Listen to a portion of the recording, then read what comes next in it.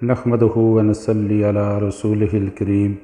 اما بعد فاعوذ باللہ من الشیطان الرجیم بسم اللہ الرحمن الرحیم۔ میں ہوں سردار ساجد نور اور آپ میرا یوٹیوب چینل سردار ساجد نور دیکھ رہے ہیں۔ میرے وہ دوست و احباب جو پہلی بار ہمارے ساتھ شامل ہوئے ہیں، ان سے گزارش ہے کہ ہمارے چینل کو سبسکرائب کریں، میری ویڈیو کو لائک کریں، شیئر کریں تاکہ یہ پیغام زیادہ سے زیادہ لوگوں تک پہنچ سکے اور نیکی کے اس کام میں آپ کا بھی حصہ شامل ہو جائے۔ آج کا ہمارا جو ٹاپک ہے وہ ہے قصہ حضرت صالح علیہ السلام۔ سمود ایک مشہور قبیلے کا نام ہے جو جدیس کے بھائی سمود کی نسل ہیں۔ یہ دانو آصر کے بیٹے تھے جو ارم کا بیٹا تھا، اور ارم نوح علیہ السلام کے بیٹے سام کا بیٹا تھا۔ یعنی حضرت صالح علیہ السلام کا بھی جو تعلق تھا وہ حضرت نوح علیہ السلام کے بیٹے سام سے جا ملتا ہے، جس طرح حضرت ہود علیہ السلام کا بھی انہی سے جا کے ملتا تھا۔ یہ ایک خالص عربی قوم سے تھے اور ان کی رہائش تبوک اور حجاز کے درمیان ہجر کے مقام پر تھی، جسے مدائن صالح بھی کہا جاتا ہے، اور یہ مدینہ منورہ کے شمال کی طرف تقریباً 400-450 کلومیٹر کے فاصلے پر یہ مقام موجود ہے۔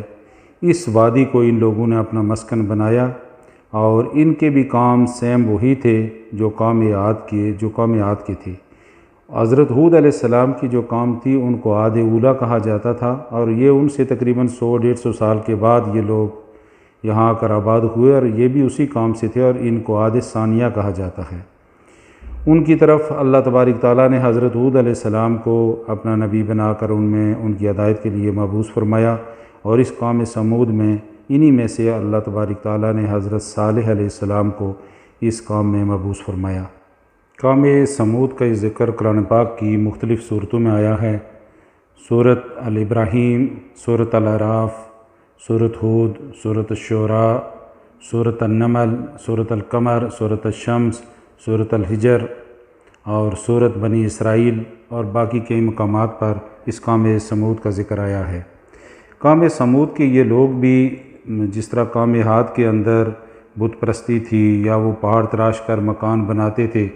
ان کے اندر بھی سیم وہی عادات تھی اور یہی کام وہ کرتے تھے۔ ان کی ہدایت کے لیے اللہ تبارک تعالیٰ نے ان کے درمیان حضرت صالح علیہ السلام کو نبی بنا کر مبعوث فرمایا۔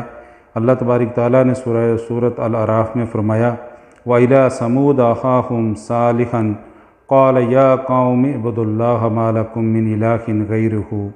اور قوم سمود کی طرف ان کے بھائی صالح کو بھیجا۔ صالح نے کہا، ہے میری قوم، اللہ کی عبادت کرو اور اس کے سوا تمہارا کوئی معبود نہیں۔ سورہ اعراف میں ہی اللہ تبارک تعالیٰ نے آگے فرمایا، آیات کا مفہوم کچھ اس طرح ہے کہ یاد کرو جب اس نے تم کو قوم عاد کے بعد سردار بنایا، زمین میں آباد کیا، اور تم زمین پر اپنے محل تعمیر کرتے ہو اور پہاڑوں کو تراش تراش کر گھر بناتے ہو، بس اللہ کی نعمتوں کو یاد کرو اور زمین میں فساد نہ کرتے پھرو۔ ان کی قوم کے جو سردار تھے بڑے غرور رکھنے والے تھے، انہوں نے جو کچھ غریب لوگ یا کمزور لوگ جو ایمان والے تھے ان سے کہنے لگے کہ بھلا تمہیں یقین ہے کہ صالح اپنے پروردگار کی طرف سے بھیجے گئے ہیں؟ تو انہوں نے کہا ہاں، جو چیز وہ کہہ رہے ہیں وہ سچ کہہ رہے ہیں، اور ہمیں پورا یقین ہے کہ وہ اللہ کی طرف سے بھیجے گئے ہیں۔ تو انہوں نے کہا بھئی ہم تو اس کو نہیں مانتے۔ اسی طرح آگے سورۃ ہود میں اللہ تبارک تعالیٰ نے فرمایا کہ اور سمود کی طرف اس کے بھائی صالح کو بھیجا، اس نے کہا ہے میری قوم، اللہ کی عبادت کرو، اس کے سوا تمہارا کوئی معبود نہیں، اور زمین اس نے تم کو زمین سے پیدا کیا، اسی میں آباد کیا، اس سے مغفرت مانگو اور اس کے آگے توبہ کرو۔ تو جو اس قوم کے سردار تھے وہ کہنے لگے کہ صالح ہم کو تو تم سے بڑی امیدیں تھیں،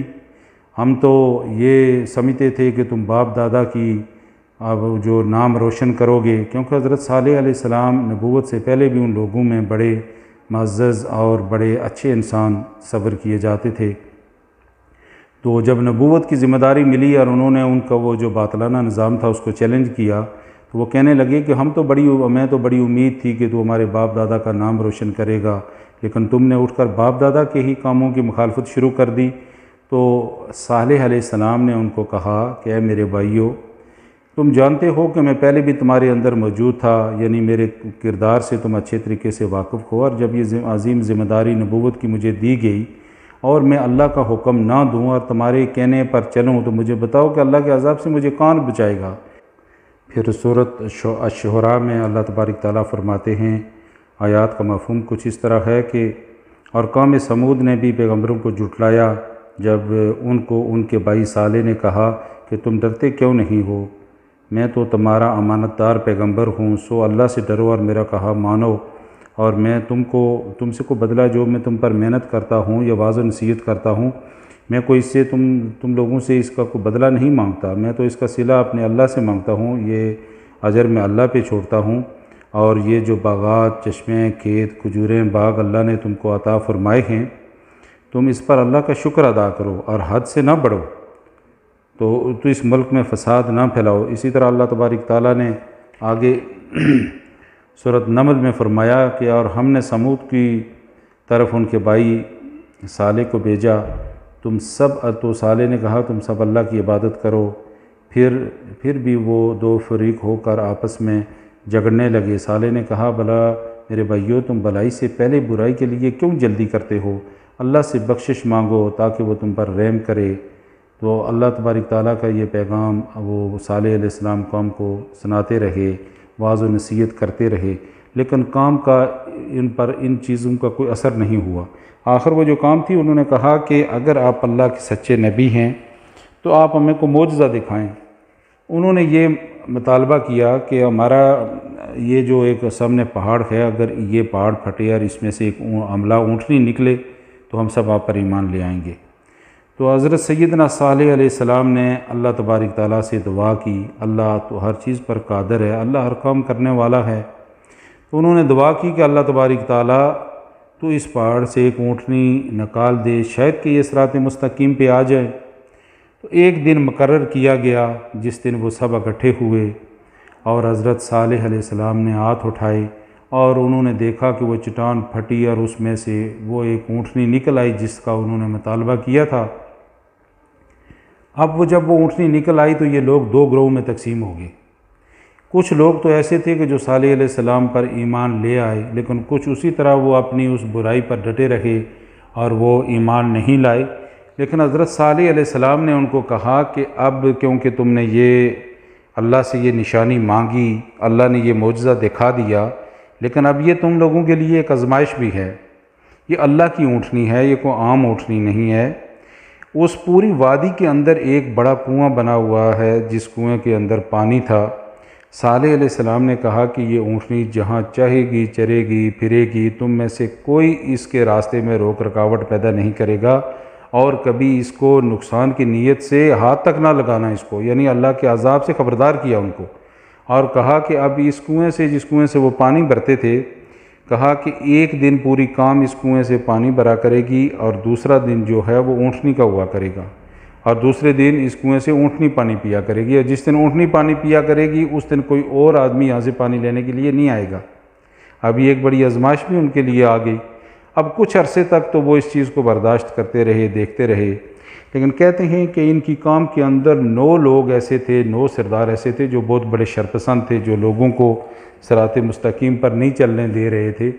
تو ان لوگوں نے کچھ اور لوگوں کو بھی ملایا اور یہ صلاح مشورے شروع کر دیے کہ اس اونٹنی سے کیسے جان چھڑائی جائے۔ تو اب بیچ میں سے وہ ڈرتے بھی تھے کہ کہیں واقعی صحیح سے عذاب ہی نہ آ جائے، تو انہوں نے اپنی قوم کے کچھ جو لوگ تھے ان کو تیار کیا، اور اس کے اندر وہ ایک آدمی ہے جس کا نام بھی یہاں پر آیا ہے کہ وہ کیدار بن سالف بن جندہ تھا۔ یہ شخص جو ہے اس کو انہوں نے تیار کیا، اور یہ کہتے ہیں کہ سرخ فام اور نیلی آنکھوں والا تھا۔ نبی علیہ السلام نے ایک حدیث میں بھی اس کا ذکر کیا ہے کہ اس کا یہ حلیہ تھا۔ تو یہ جو کیدار بن سالف تھا یہ تیار ہوا، اور اس کے ساتھ کچھ اور لوگ بھی تیار ہوئے کہ ہم اونٹنی کو قتل کریں گے۔ تو یہ ایک جگہ پر گات لگا کے بیٹھ گئے، اور جب اونٹنی پہاڑ سے اتر کے پانی پینے کے لیے آئی تو انہوں نے تیر اس پر برسائے، اور اس طرح وہ زخمی ہوئی اور وہ اونٹنی گر گئی، اور اس نے اپنی تلوار سے، باقی بھی لوگ اس کے ساتھ شامل ہوئے اور اونٹنی کو انہوں نے قتل کر دیا۔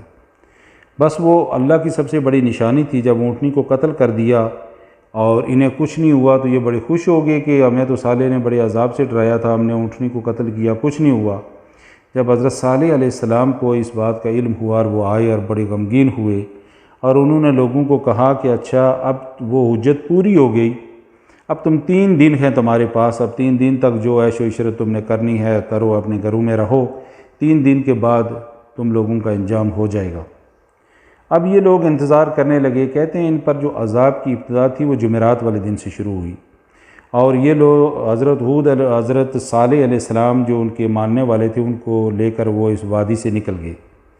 تو پھر یہ جمعرات والے دن کہتے ہیں کہ سب سے پہلے ان لوگوں کے جو چہرے تھے وہ زرد پڑ گئے،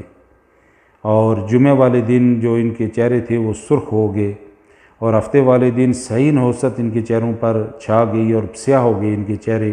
اور اتوار کی صبح جب سورج نکل آیا اور یہ انتظار کر رہے تھے کہ آج تو وہ مہلت پوری ہو گئی، تیسرا دن ہے اور آج کوئی عذاب، وہ صالح نے جو کہا تھا آج وہ عذاب آئے گا یا نہیں آئے گا،